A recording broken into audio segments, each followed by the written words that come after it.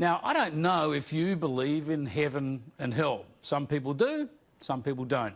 And if you believe in hell, I don't know who you think is destined for that eternal damnation. People have their own views on what constitutes a mortal sin. But just for a moment, imagine if it was a mortal sin for journalists and commentators to get things absolutely, completely, emphatically and repeatedly wrong. Israel Folau and your demand for an apology. Mate, bring it in tight. Last year you put up a post that caused rugby to bleed for 3 weeks, OK? It was a homophobic slur, biblically based, whatever. And you think rugby owes you an apology. In the words of the late Peter Filingos, that'll do me. Peter Fitzsimons, may God have mercy on his soul, has been one of the most vengeful commentators in the whole Israel Folau affair, especially after the Wallaby was sacked by Rugby Australia in May over this social media post warning that drunks, homosexuals, adulterers, liars, fornicators, thieves, atheists, idolaters were headed for hell unless they repented. He didn't leave anyone out, did he? But this saga came to a head last week, of course, and at least for Folau, the biblical reference to a camel and the eye of a needle might be front of mind because his greatest barrier to a heavenly afterlife might now be his wealth. While the amount of money has not been disclosed, there are reports the payout was $8 million. Yep, Folau won big time. Later estimates suggest it was more like $3 to $4 million and an apology. And in doing so, he proved a lot of media types wrong. News.com.au political reporter Sam Clench said in June, Israel Folau is right. An apology would fix this mess with Rugby Australia, and Folau is still unwilling to deliver it. Former ABC journalist Quentin Dempster tweeted about how Prince William accepts homosexuality and worries about vilification of gays, so why can't Israel Folau? Mr Folau should withdraw his biblical vilification and apologise. Well, sorry to break them the news, but here's what Rugby Australia accepted in the end. While it was not Rugby Australia's intention, Rugby Australia acknowledges and apologises for any hurt or harm caused to the Folaus.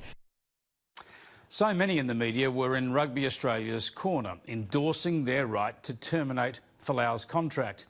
Green Left journalist Paul Bongiorno said back in June, Folau's problem is his work contract where he signed away his right to publicly denigrate gays. The Guardian's David Marr also was pretty sure of himself. Rugby Australia is absolutely confident on its legal advice, and after a week or so ago, examining this issue with scads of top lawyers over 3 days, absolutely confident that they had the right to sack Israel Folau. Former Race Discrimination Commissioner Tim Soutphommasane wrote that in any case, it simply isn't true that Folau's religious freedoms have been fundamentally encroached. Folau can still say what he likes about homosexuals and sinners. It's just that saying that may come with consequences. That's not free speech being unjustly restrained. That's Folau choosing his religious conviction over his contractual obligations. Guardian columnist Van Badham wondered just how Israel Folau's religious freedom had been breached at all, saying that her worship had never been obstructed and that breaching your contract and blaming it on Jesus is about many things, but faith isn't one of them.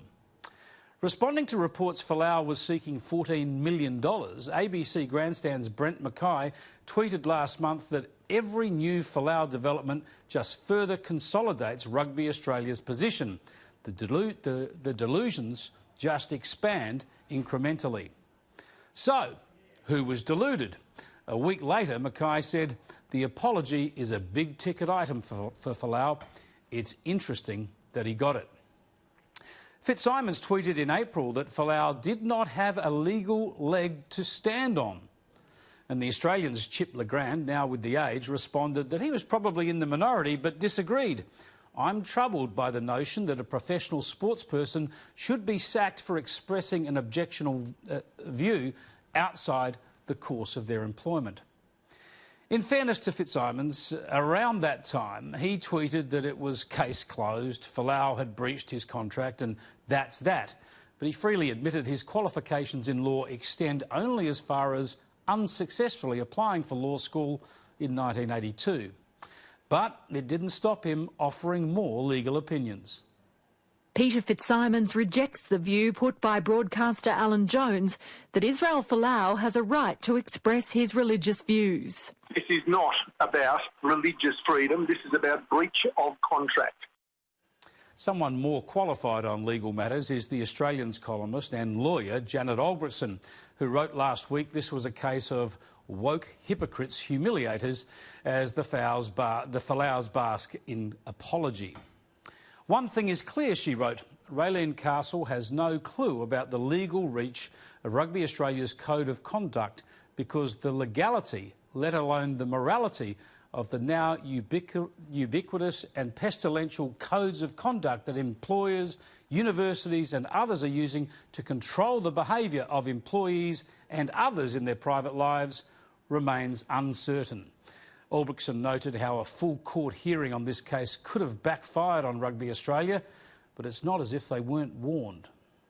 He's a fundamentalist Christian. Not many people are. It may not be your cup of tea, it's not mine, but he is perfectly entitled to express his beliefs privately on Instagram. I think Rugby Australia did the wrong thing last year during the same-sex marriage debate. They picked sides and they didn't respect the beliefs of many of their players. They could have just been neutral, but they decided to go rah-rah for the yes case to the point where they had junior games with rainbow laces. They should have stayed out of it, and they actually provoked players like Israel Folau. Yet even now, Fitzsimons doesn't get the issue of religious freedom and freedom of expression at stake here, suggesting that only those who agree with Folau's views on homosexuality actually support him. And my point to the many myriad emails I get and tweets on the subject, and from religious supporters, and I might say the only supporters that I can determine that really do support Israel in this are people similarly religiously disposed. That's just silly. As Herald Sun columnist and Sky News presenter Rita Panahi presciently observed back in June, this isn't just about Folau and Rugby Australia, it's about fighting a dangerous precedent around the issues of free speech, religious freedom and corporate overreach. Still, no matter how much practice they get, some commentators don't know how to admit defeat. I hoped Rugby Australia kept the presumed payment to him to an absolute minimum, Fitzsimons said after Rugby Australia settled. Everybody wants to know how much. He wrote, I have no inside knowledge of the terms, not even a hint, but my bet is it will be about $200,000 to $300,000. Rugby Australia was confident its case was a slam dunk legally. Hang on a second. If that were true, why did Rugby Australia settle? As the Daily Telegraph reported in May, Folau rejected a $1 million offer. Then he crowdfunded more than $2 million for legal fees. Why would he settle for $300,000? And Fitzsimons... So I thought if it had gone to the High Court, it would have been a slam dunk for Rugby Australia.